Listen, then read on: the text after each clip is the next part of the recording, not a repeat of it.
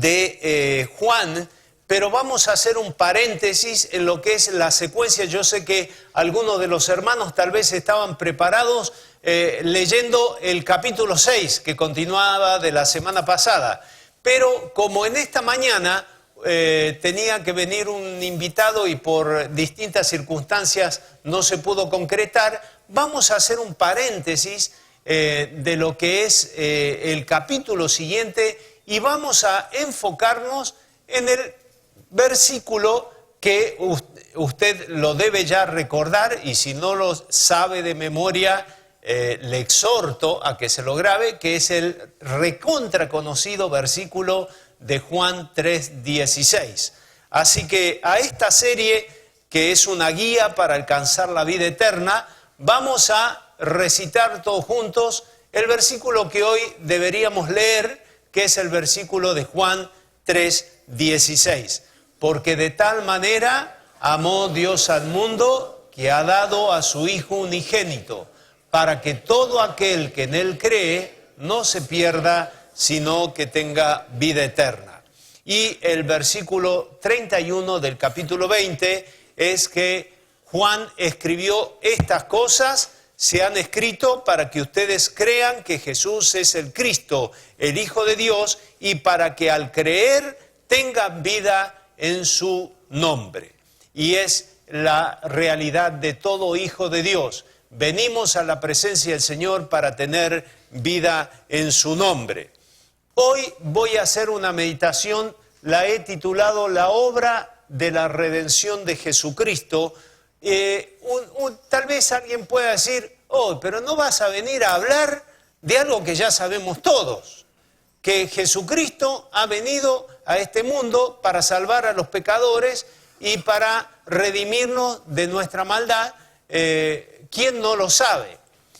Quiero leer textualmente lo que dice un gran teólogo sobre el tema, contra los que argumentan que no deberíamos preocuparnos de doctrinas y teorías sobre este tema, sino contentarnos con el hecho de la redención. Debemos decir que nuestra correcta interpretación de la obra de la cruz de Jesucristo determina nuestra concepción de Dios, y esta, a su vez, determina no solo nuestra teología, o sea, nuestro conocimiento de Dios, sino también nuestra vida cristiana y nuestra manera, nuestra ética cristiana. Y esto me parece absolutamente correcto. De la correcta concepción que nosotros tengamos de la obra de Jesucristo en nuestros corazones, no determinará tan solamente nuestra teología, sino nuestra manera de ser y nuestra manera de vivir.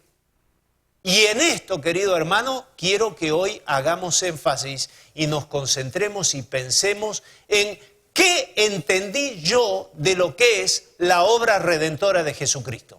¿Qué entendimos? Dios me ama, sí, Cristo me ama, la Biblia dice así, sí, me parece bárbaro, pero te has quedado con la leche del Evangelio. Te has quedado con el ABC del Evangelio.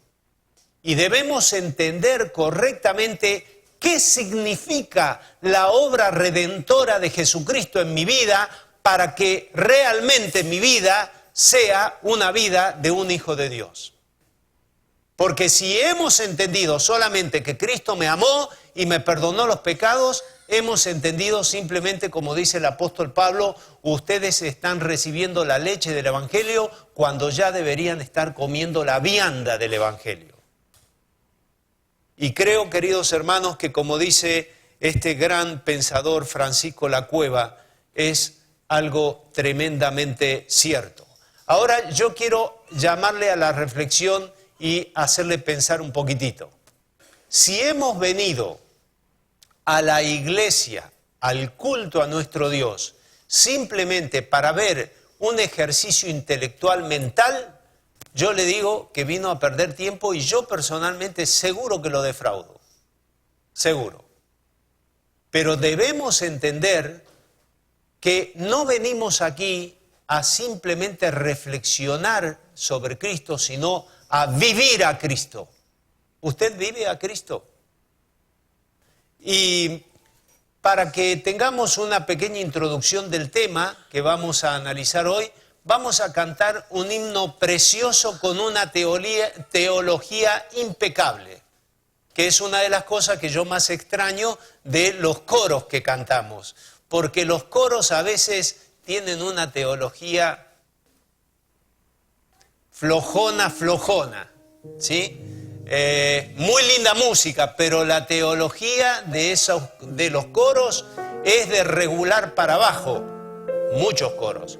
Así que vamos a cantar esto, que tal vez la música, digan, uy, qué música anticuada, pero la teología de este himno, querido hermano, es impecable, impecable. Así que aquellos que lo sepan, vamos a cantar este precioso himno que dice, Cristo tan solo pudo amarme. Vamos a cantar, los que quieran ponerse de pie, se ponen de pie, los demás lo cantan sentados. Cristo tan solo pudo amarme, nada podrá de él separarme, pues con su sangre me redimió. Ahora soy de él, ahora soy de Cristo, mío también es él. Puedo gozar de su amistad por la eternidad.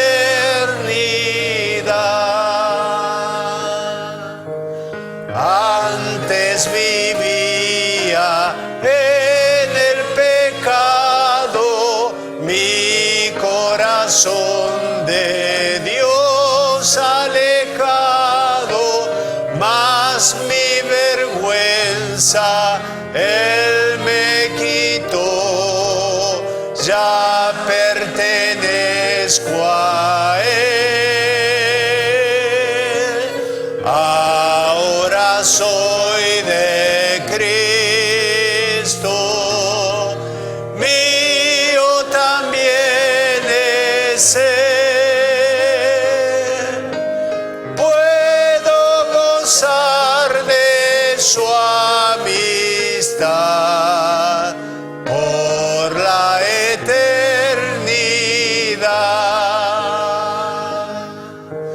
Mi ser rebosa de pleno gozo, Dios me liberta, me da reposo, pues con su sangre me redimió. Ahora soy de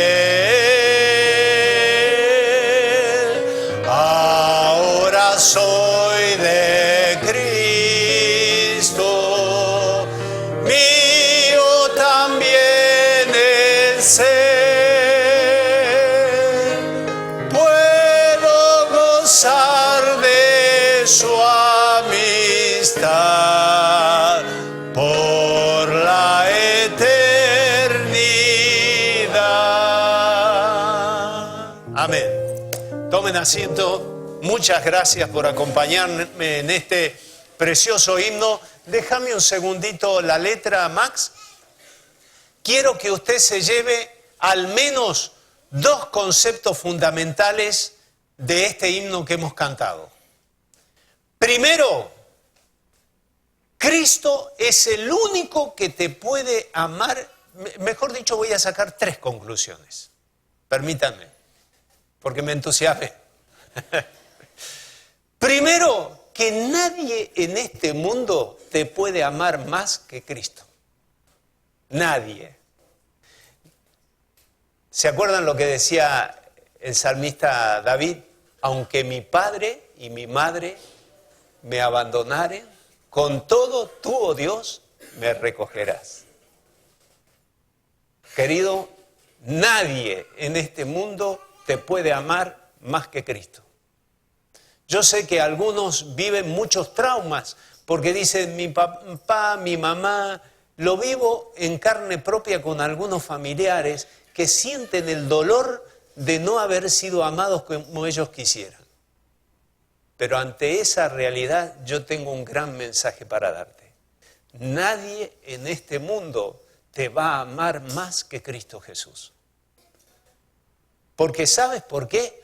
Porque dice, aunque nosotros pudiéramos amar a una persona, ¿cuánto es lo que más podemos amar?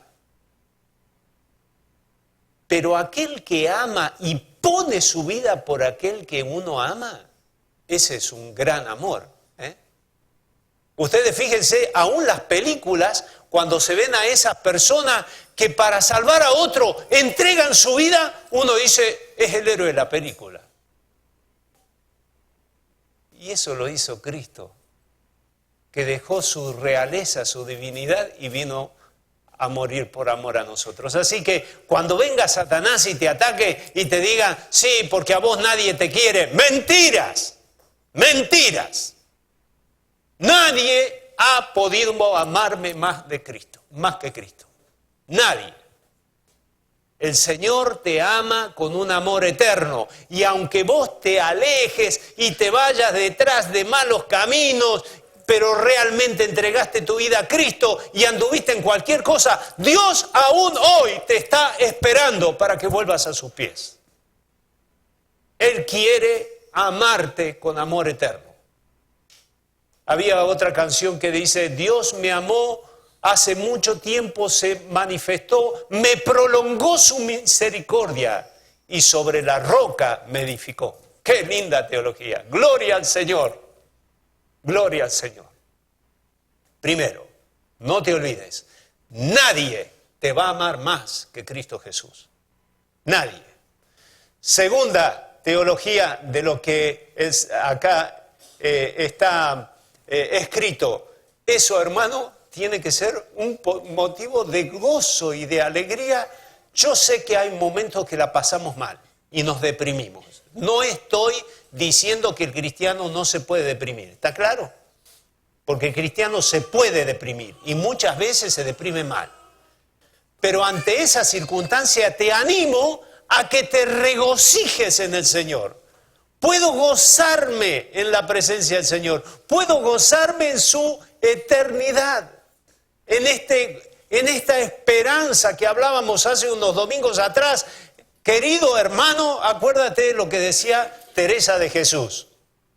Este mundo es como pasar una mala noche en una mala pensión.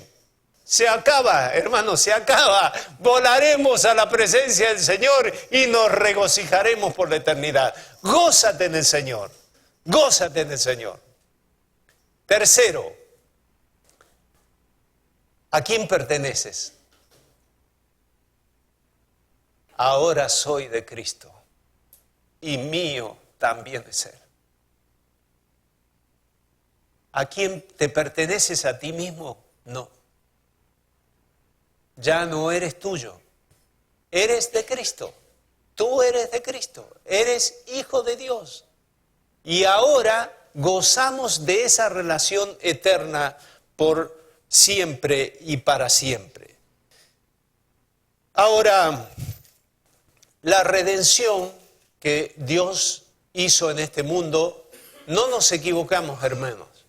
No eres tú el que busca a Cristo, es Cristo que te está buscando a ti. Dios te está buscando, Dios te busca y te ama con un amor entrañable y quiere regocijarse contigo.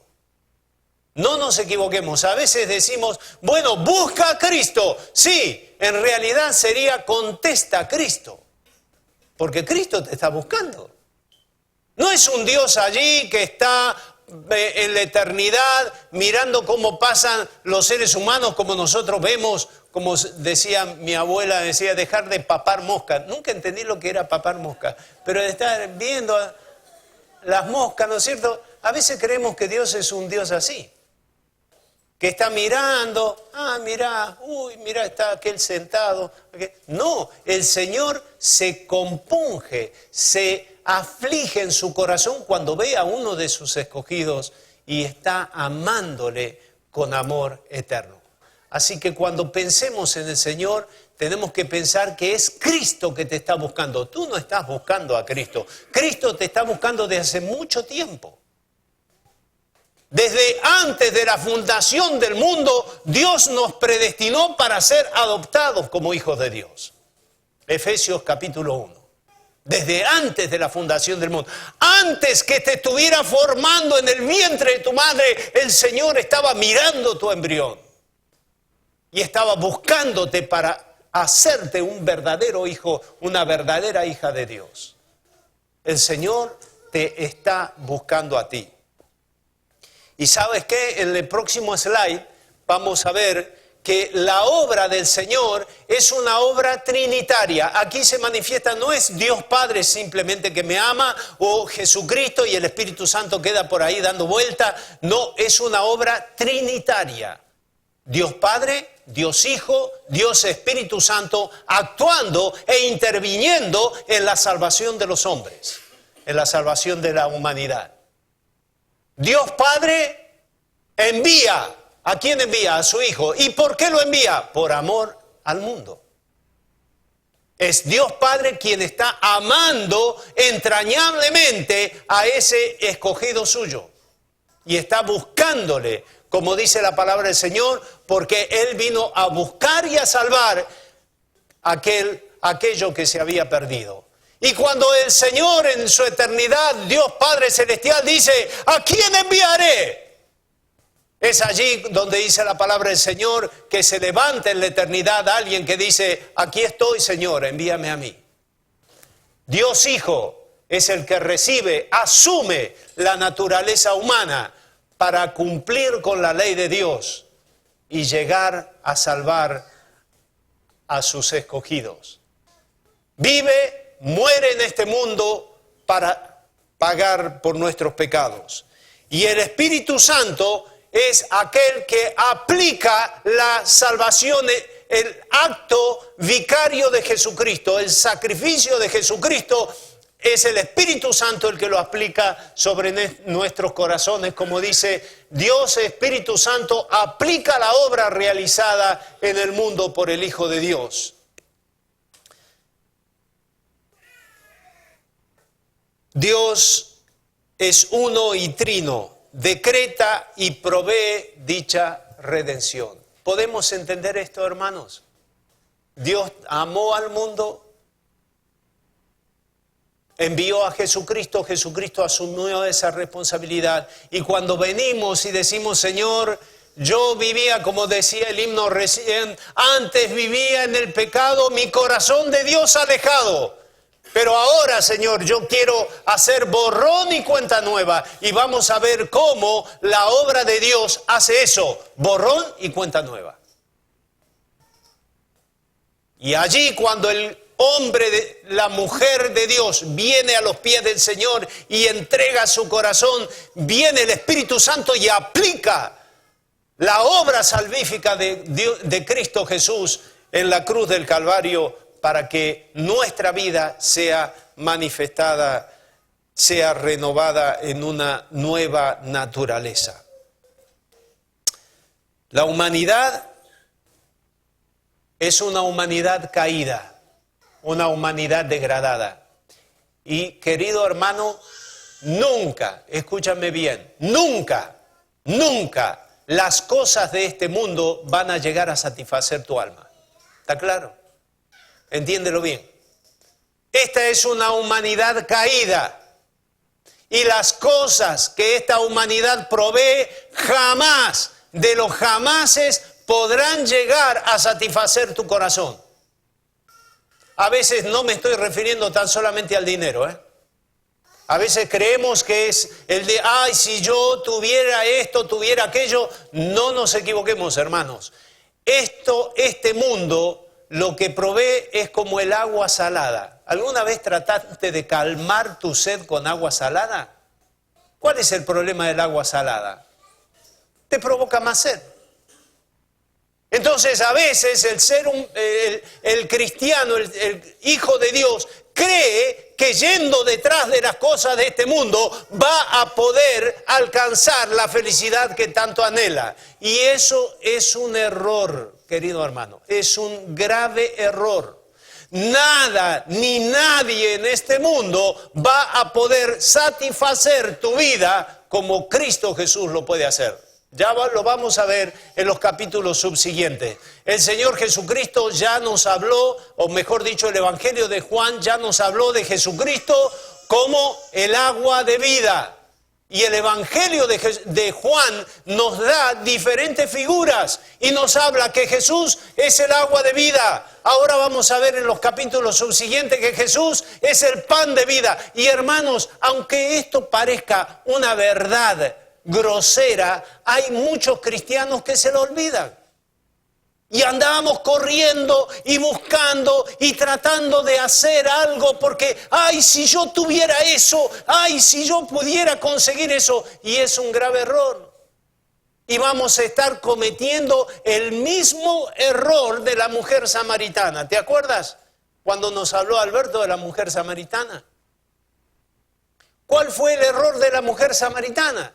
Ella pensaba que el motivo de existencia de su vida, el grave problema de su existencia es que no había encontrado el hombre perfecto. Bueno, te quiero decir que te puedes momificar en este mundo esperando el hombre perfecto. No lo vas a encontrar. Si no, pregúntale a mi esposa. No lo vas a encontrar. Tampoco vas a encontrar la mujer perfecta. Y esta mujer samaritana estaba buscando, deseosa, encontrar aquel hombre de su vida que la pudiera llenar, completar, hasta rebosar. Nunca lo pudo encontrar. 5 maridos has tenido, mujer, 5. Has tratado de armar tu vida en 5 oportunidades y no pudiste encontrarlo. Y aún el que tienes hoy es una pareja, no es tu marido. Y esta mujer estaba con sed en su corazón, ansiosa, buscando a ver cómo podía hacer para encontrar esa razón de existencia. No la vas a encontrar. Tal vez a veces pensamos un mejor trabajo. ¡Ay, eso me cambiaría la vida! No te la va a cambiar, querido hermano. No te la va a cambiar. ¡Ay, si yo pudiera ser profesional! Tampoco te va a cambiar la vida. El único que cambia la vida, cambia la existencia de cualquier ser humano, es la realidad de ser un hijo de Dios. No te equivoques, no te equivoques. ¿Sabes por qué? Porque el pecado ha degradado la humanidad. Todo lo que ha tocado el pecado lo ha degradado. Ha degradado la familia, ha degradado el trabajo, ha degradado la personalidad, ha degradado nuestro espíritu, ha degradado nuestras relaciones interpersonales. Así que nada de este mundo puede darnos la felicidad que tanto anhela cualquier ser humano. No la vas a conseguir. Jesucristo vino para destruir la obra total del pecado sobre nuestras vidas. Él vino a destruirla. Ahora, el pecado, ¿por qué ha recibido un tratamiento tan drástico? Porque alguien podría decir, bueno, pero Dios mío, ¿por qué no cambiaste la manera de solucionar la gravedad del pecado? ¿Por qué no la hiciste Dios? ¿Por qué tenía que morir Jesucristo? Es porque el pecado es algo grave delante de Dios. Escúchame bien. ¿Por qué el pecado es algo grave en la presencia de Dios? Primero, porque es un ataque frontal a la santidad de Dios. El pecado, querido hermano, es un ataque directo a la santidad de Dios, que quebranta su ley y lesiona los derechos de su santidad. Segundo, es una mancha que contamina al ser humano entero, la cual necesita ser lavada por la sangre del Cordero de Dios. ¿Te acuerdas Apocalipsis capítulo 7, versículo 14, que dice, estos son los que han lavado sus ropas en la sangre del Cordero de Dios? Es una mancha para nuestra vida y debe ser tratada como tal. Y convierte el pecado, lo más grave es que convierte al hombre en un enemigo de Dios. Antes vivíamos, como dice este himno, en el pecado, mi corazón de Dios alejado. Pero ahora ya pertenezco a Él. La vida humana es manchada, enemistada con Dios, y lo más grave que hace el pecado es que te esclaviza. Te esclaviza. ¿Sabes cómo es eso? ¿Quieres tener una idea? Bueno, habla con alguien que es una persona drogadicta, ¿sí?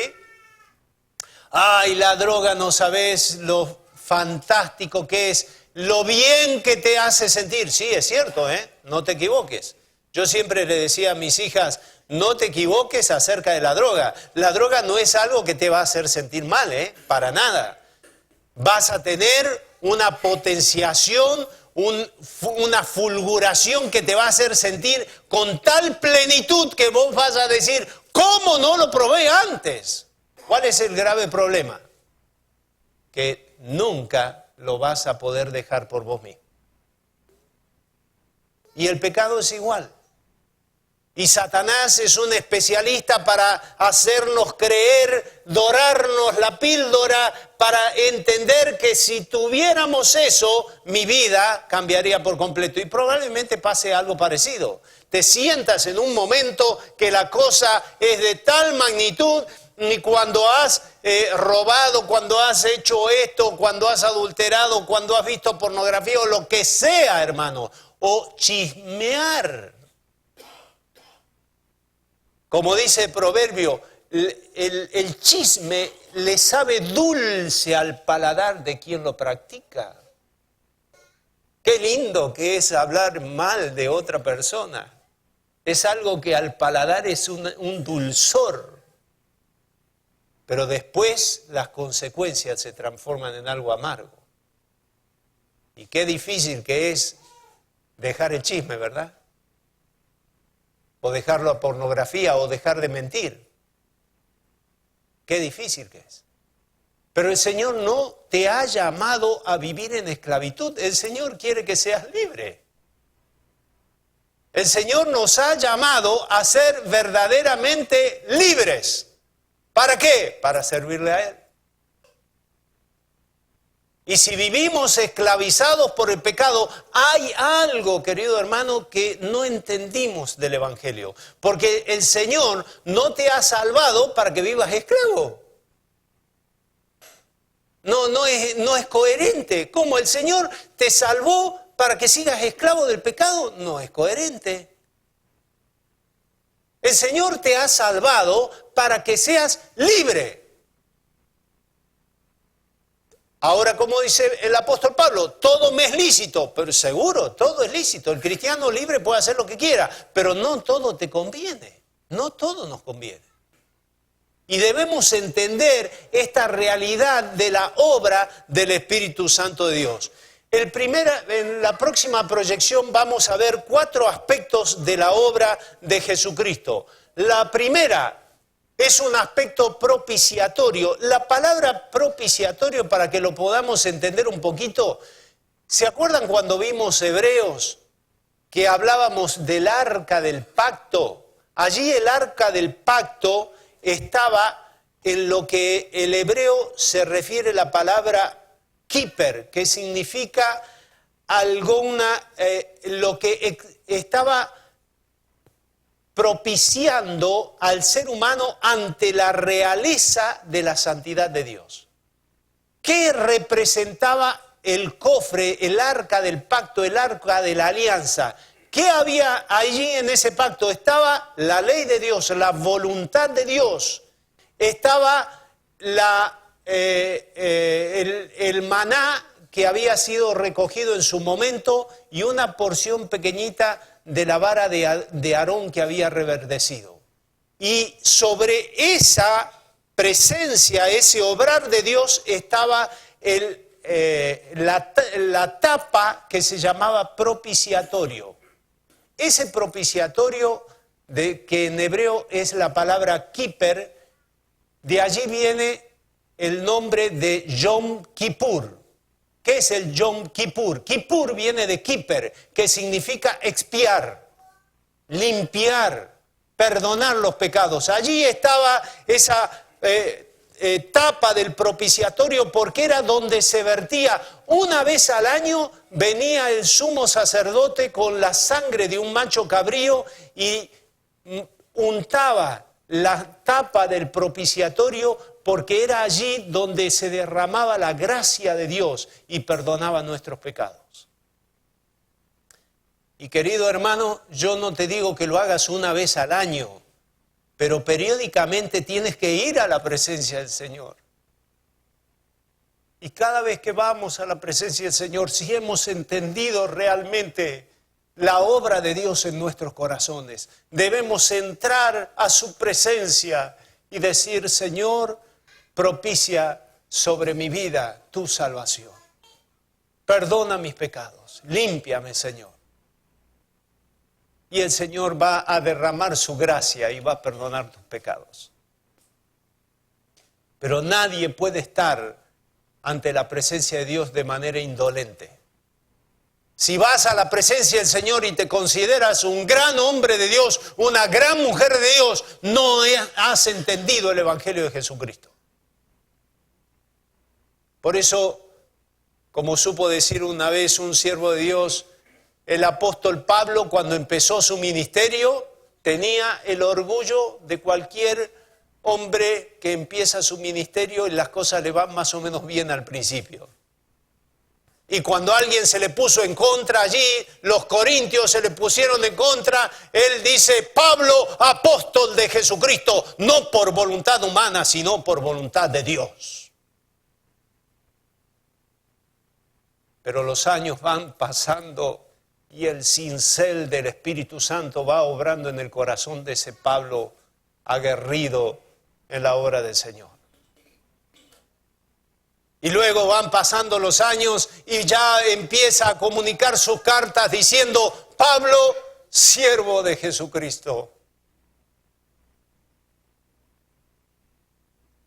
Pero todavía le quedaba grande el título. Y ya hacia el final de sus años, el apóstol Pablo dice: Cristo vino a salvar a los pecadores, de los cuales yo soy el primero. Cuando vamos a la presencia de Dios y nos presentamos ante ese altar santo de Dios, no podemos otra cosa que decir: Señor, aplica tu sangre de propiciación por mis pecados. Dios es amor y su atributo supremo es la santidad. La ley es la expresión de esa santidad y la cruz de Cristo es la expresión de ese amor, porque como cantamos ese precioso coro que tiene una teología, ese sí, tan linda, que dice: jamás podríamos entrar a su presencia y adorar. Es por la sangre de Jesús que derramó allí en la cruz. Y mira, querido hermano, cuando empezamos a creer que somos algo, estamos perdiendo el rumbo de nuestra santificación. Porque aquel que se cree algo siendo nada, a sí mismo se miente. ¿Qué somos en la presencia del Señor? Nada. Nada. En el segundo aspecto de la obra del Señor es su acción propiciatoria, que es, la acción expiatoria. El obrar del Señor tiene aquí que ver con el hebreo kupar, que se usaba para expresar las letras de un documento que eran borradas al ser tachadas por el mismo estilete que se usaba para escribir. Antiguamente el papel era muy caro Entonces, ¿dónde se escribía? Se escribía en pergaminos, que eran cueros de ovejas o de cabras, que se les daba un tratamiento especial y allí escribían. Pero una vez que la carta había sido leída, ¿qué hacía el escribiente, el escriba? Tomaba un estilete, limpiaba un poquito así, sacaba la tinta, la borraba y volvía a escribir. Eso es lo que hace la obra de Jesucristo. Él toma nuestra vida, nuestro pecado, y lo borra para que volvamos a escribir de vuelta. ¿Quién puede hacer eso en esta vida, querido hermano? ¿Quién puede limpiar de esa manera? ¿Quién puede expiar nuestros pecados de esa manera? Nadie. A veces las religiones, usted fíjese, hermano, ninguna de las religiones, usted considera las religiones más importantes de este mundo, o las más populosas, mejor dicho. ¿Cuáles son las religiones? Porque la religión más importante es la cristiana. ¿Cuáles las religiones más populosas?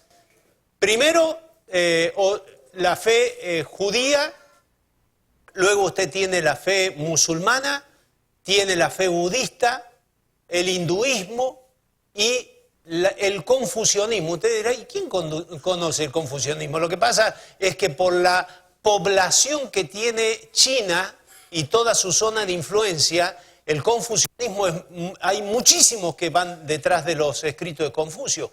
Y todas estas religiones tienen un factor común denominador. ¿Cuál es? Tenés que hacer cosas buenas para que te vaya, para obtener un estado espiritual superior. ¿Vos querés que ser una persona aprobada delante de Dios, delante de Mahoma, o querés tener un estado superior espiritualmente? ¿Qué tenés que hacer? Tenés que hacer esto y esto y esto y esto, y tenés que cumplir con esto y esto y esto. Obras. Obras. Y la palabra del Señor dice que nuestras obras delante de la presencia de Dios son trapo de inmundicia, no sirven para nada. Nadie puede limpiar su vida pretendiendo hacer buenas obras. Nadie. Nadie. En Hechos capítulo 3, versículo 19, se usa un término que indica blanquear más que borrar. Por eso el profeta decía, límpiame con lejía, Señor. Lávame y seré más blanco que la nieve. Purifícame, Señor. Finalmente, 1 Juan 1:7 usa un verbo griego muy interesante, catarizo, que dice así, 1 Juan 1:7, pero si vivimos en luz, así como Él está en luz, tenemos comunión unos con otros y la sangre de Jesús, su Hijo, nos limpia de todo pecado. Pero ahí no se queda simplemente el verbo, porque en realidad se utiliza en un término de presente continuo. Es decir, que indica que limpiar es un presente indicativo en donde existe una acción tan continua como puede ser la de las caídas del pecado. Es decir, que lo podríamos leer así, pero si vivimos en luz, así como Él está en luz, tenemos comunión unos con otros y la sangre de Jesús, su Hijo, nos limpia y nos continúa limpiando de todo pecado. ¿Cuándo fue la última vez que te lavaste las ropas espirituales? Ir a la presencia del Señor y decirle, Señor, necesito más de ti. Necesito que me limpies, que me laves, que purifiques mi vida. La gracia de Dios, la propiciación de Dios se va a establecer sobre su vida y allí automáticamente Dios va a aplicar a través del Espíritu Santo su obra redentora. ¿Alguien lo ha salido graficar así? Va Satanás, el acusador de nuestras vidas, y le dice a Dios nuestro Padre Celestial, ¿viste Rubencito? ¿Qué tal, no? Bueno, sí, trabaja para la obra del Señor, sí, pero no sabes las cosas Ayer estuvo hablando mal de fulano. Ayer hoy, sin ir más lejos, antes de salir de la casa, estuvo cruzando algunas palabras con su familia. ¿Es cierto?, dice el Señor. ¿Y qué vas a hacer? ¿Y lo que dice la ley? ¿Y qué dice la ley? Que todo hombre que pecare, ese morirá. Y Dios desenvaina su espada para aplicar su sentencia sobre mi vida. Y hay alguien en la eternidad que se levanta y dice, yo pagué por sus culpas.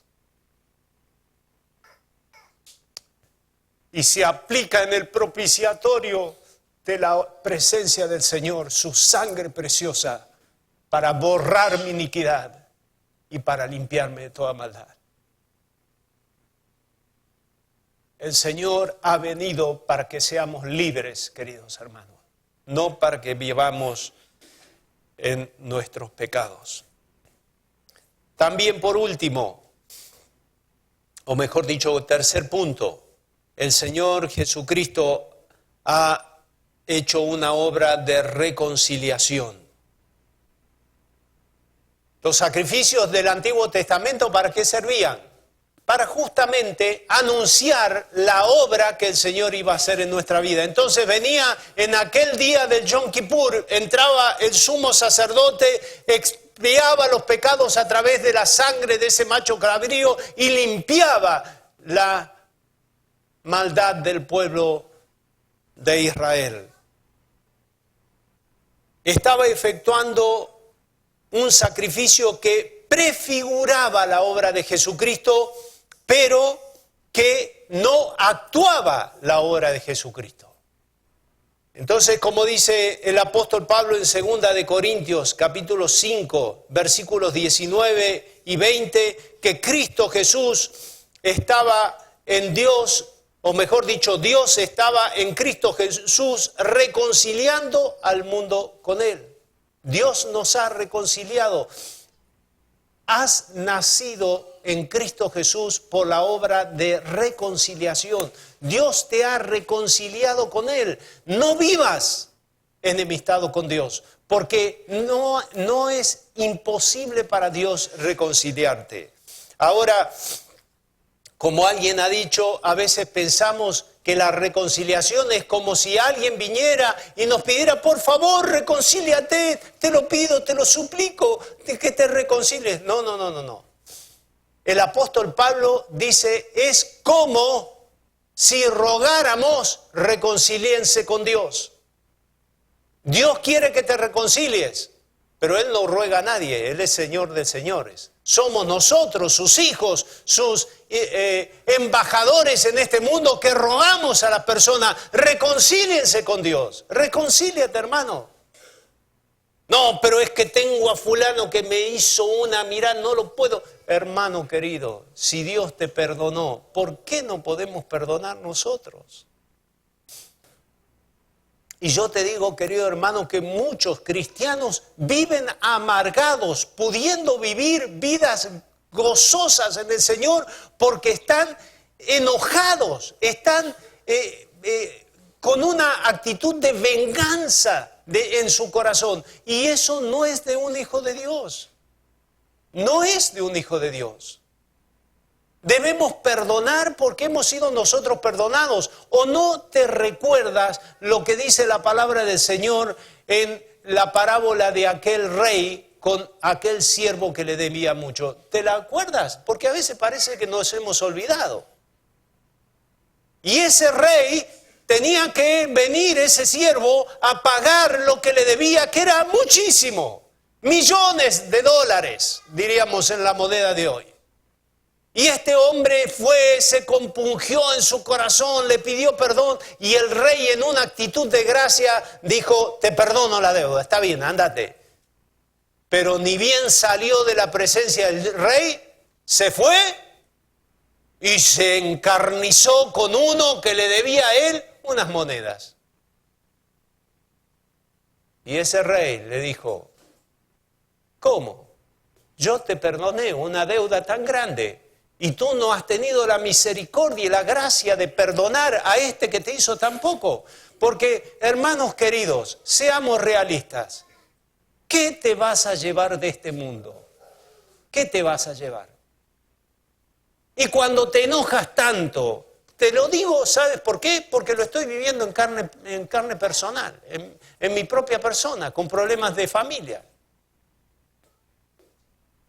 Y hay personas que se encargan, no, porque él me debe y me corresponde y mis derechos. Y hermanos queridos, si el Señor te perdona tanto, como dice la palabra del Señor allí en 1 Corintios capítulo 6, ¿por qué vamos ante jueces paganos? Dice, ¿por qué no mejor sufrir pérdida? Suframos pérdida. No, pero estoy perdiendo, ¿sabes la cantidad de plata que pierdo yo? Eso lo decís vos porque yo te lo digo con conciencia. Estoy dispuesto a salir de este mundo con una mano atrás y otra adelante, hablando vulgarmente, que perder el gozo de mi salvación.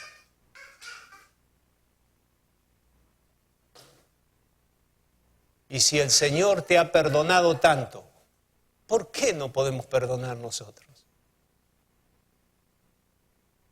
El Señor quiere que vivas libre y a veces vivimos esclavizados y nos vamos a dormir y decimos, pero este la tiene que pagar porque si yo, y ve todo contracturado y a la mañana amanecemos con dolor de cabeza y dolor de estómago y todo. ¿Por qué? Porque no hemos perdonado. ¿Por qué no podemos perdonar? El Señor ha venido para perdonarnos y nosotros tenemos que ser dignos representantes de nuestro Dios. ¿Quién de aquí puede osar y levantar la mano y decir, a mí me deben mucho más de lo que yo le debía al Señor? ¿Quién puede levantar la mano? ¿Quién puede decir, a mí esta persona me debe muchísimo más de lo que yo le debía al Señor? Porque nadie de los que me debe a mí, querido hermano, me debe más de lo que yo le debo al Señor. ¿Sabes por qué? Porque ninguno de los que me debe es digno de muerte, pero yo era digno de muerte. Yo soy digno de muerte delante del Señor. Y el Señor me perdonó. ¿Por qué nosotros no podemos perdonar? Si alguno de ustedes se acuerda, hace muchos años atrás, supo venir el doctor Felipe Lewis, médico psiquiatra, y él hablaba acerca del daño que produce a nivel psiquiátrico el hecho de no perdonar a alguien que nos ha ofendido. Nosotros perdonamos porque hemos sido perdonados. Y el que esté libre de pecado, que tire la primera piedra. ¿Quién de acá puede decir que no es un homicida? Porque se ha enojado tanto en contra de un hermano, que lo dice a veces inconscientemente, mira, ay, si pudiera matarlo, mataría. Estás matándolo en la presencia del Señor, no te equivoques. No te equivoques. Perdonamos porque hemos sido perdonados. Por último, un aspecto estrictamente redentor de la obra de nuestro Señor Jesucristo. En el próximo punto, Max, el Señor nos ha reconciliado con Dios a través de su obra redentora. El término específico de esta palabra redención es la recompra que Dios hizo de nosotros por medio del precio pagado en la cruz. En Primera de Pedro, capítulo 1, 18, dice que el precio del rescate de Dios por nuestra vida fue su valiosísima sangre derramada en la cruz. No fue cualquier sangre.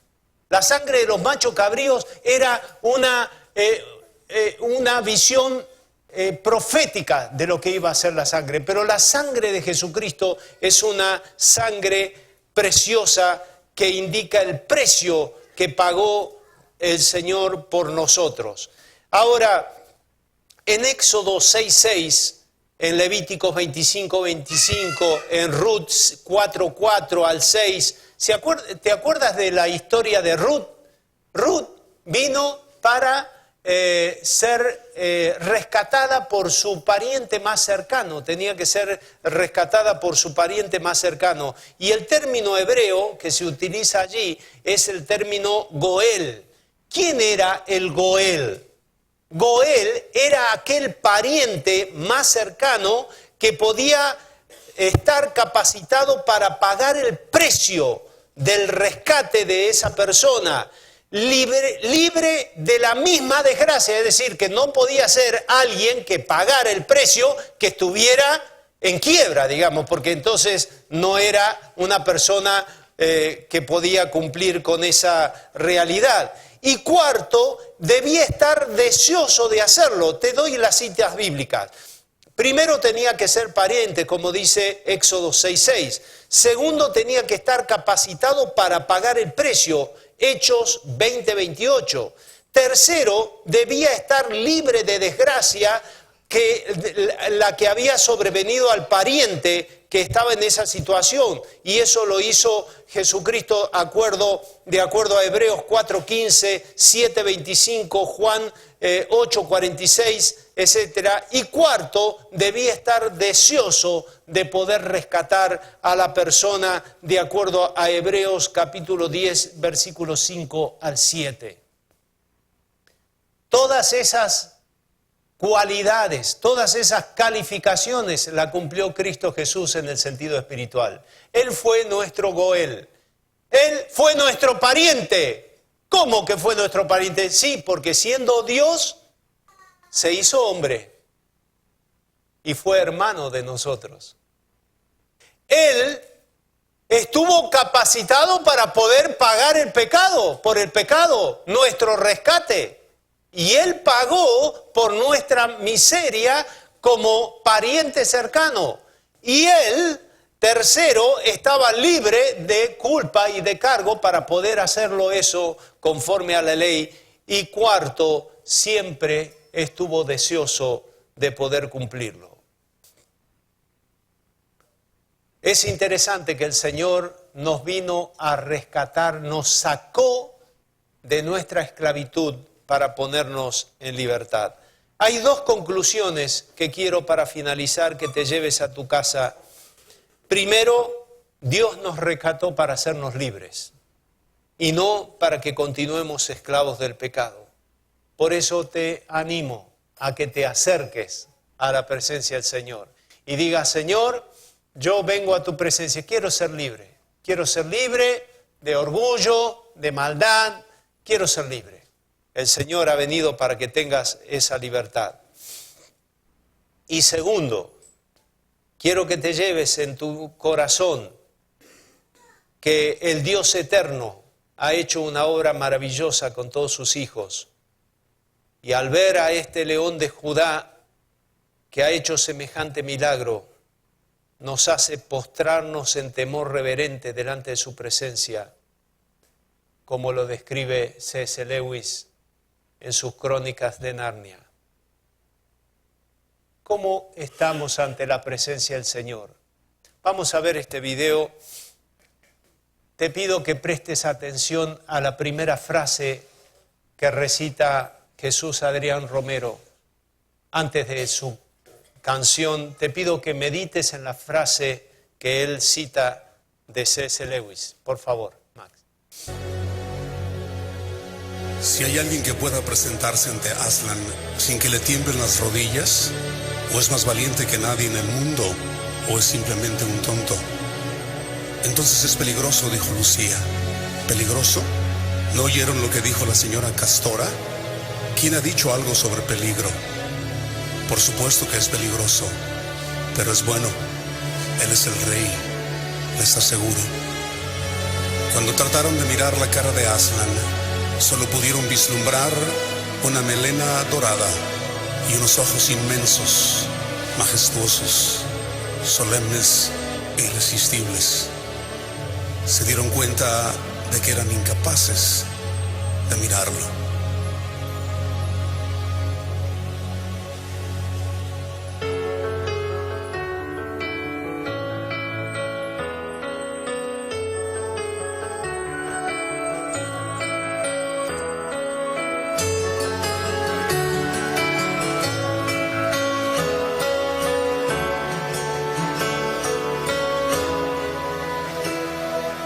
Eres el león que siempre va conmigo. Aunque eres confiable, no eres predecible. Aunque eres tan bueno, no eres manejable. Eres el león. Eres el león que cuida mi camino. Siendo tan feroz, aún eres mi amigo. Nadie te puede domar, pues tú eres libre. Eres el león. Eres indomable como el viento. Tan profundos son tus pensamientos que tomará una eternidad para entender tu majestad. Cordero y león, Jesús, Hijo de Dios.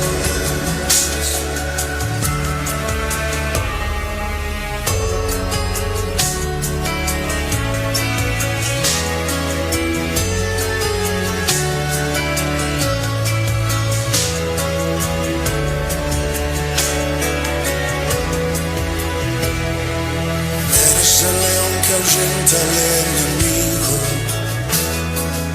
Aunque eres temible, no eres intratable. Y aunque tu zarpada duele, eres amable y eres por amor. Eres indomable como el viento. Tan profundos son tus pensamientos que tomará una eternidad para entender tu majestad. Eres indomable como el viento. Tan profundos son tus pensamientos que tomará una eternidad para entender tu majestad. Nos ponemos de pie, queridos hermanos. Cierra tus ojos y te animo a que puedas ponerte en la presencia de Dios. Y como dice C.S. Lewis, ¿quién puede estar en su presencia sin temblar todo entero? Y creo, queridos hermanos, que nadie de nosotros puede estar en la presencia de Dios sin que le tiemble todo su corazón, sabiendo que lo único que nos permite estar en la presencia del Señor es su gracia derramada sobre todas nuestras vidas. Él es el Cordero y el León, y nadie podría estar en su presencia sin sentir el peso de su autoridad. Por eso te animo a que te presentes en la presencia de nuestro Dios y digas: Señor, ten misericordia de mis pecados. Derrama tu sangre soberana sobre mi vida, sobre esta congregación, Padre del cielo. Apelamos a la sangre de Jesucristo para que nos limpie y nos lave de todo pecado. Yo te animo que si tienes algo en tu corazón que aún te esclaviza, lo pongas en la presencia de nuestro Señor y le digas: Señor, límpiame de mi maldad, purifícame, Señor. Quiero ser blanco como la nieve. Quiero ser puro en ti, Señor. Tú que eres el Cordero y el León, apelo a tu gracia inmerecida sobre mi vida para que me limpies y me restaures de mi maldad. Apela a la gracia de nuestro Señor. Su gracia eterna se derramará sobre tu vida y serás reconciliado con Dios.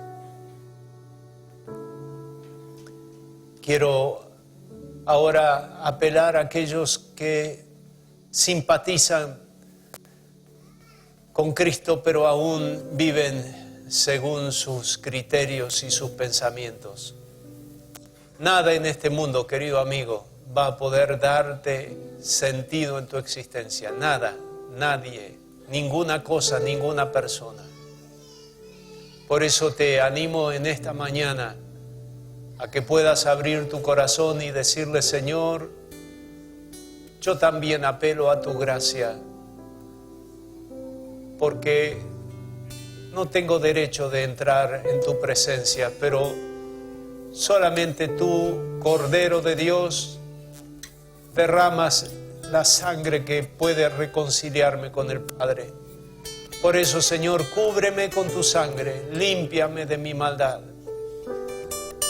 No quiero vivir como a mí se me ocurra, sino quiero vivir como tú quieres que yo viva. Límpiame, Señor, en esta mañana. Quiero ser hijo tuyo por toda la eternidad. Sálvame, Señor, de mi maldad. Límpiame de mis pecados.